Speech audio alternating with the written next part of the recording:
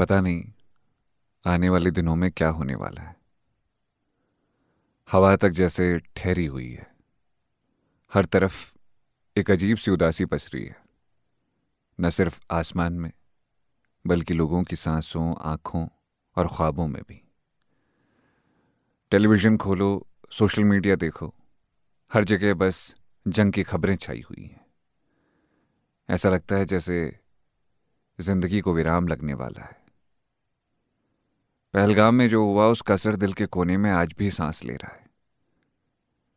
हर बार जब आंखें बंद करता हूं, वो गोलियों की आवाज और मासूमियत की चीख कानों में गूंजती है।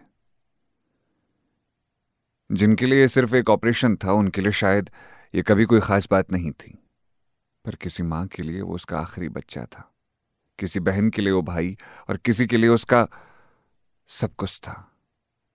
मैं सोचता हूं कैसी होगी वो नफरत जो किसी इंसान को दूसरे इंसान के जीवन का मूल्य भूलने पर मजबूर कर देती है।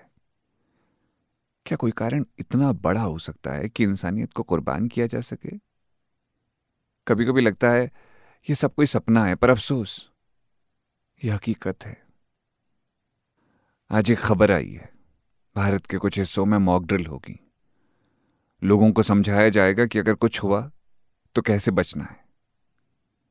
पर कोई हमें ये नहीं बता सकता कि अपने अपनों को खोने के डर से कैसे बचा जाए।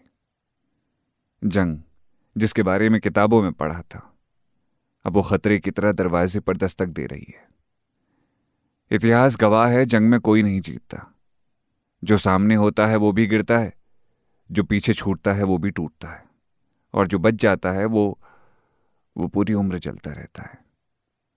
फिर भी कभी कभी जवाब देना जरूरी हो जाता है। कभी कभी चुप रह जाना कमजोरी समझ लिया जाता है। और अगर लड़ाई सच में हुई तो ये लड़ाई नफरतों के जन्मदाता उन दानवों से होगी जिनकी भूख इंसानों के खून से मिटती है।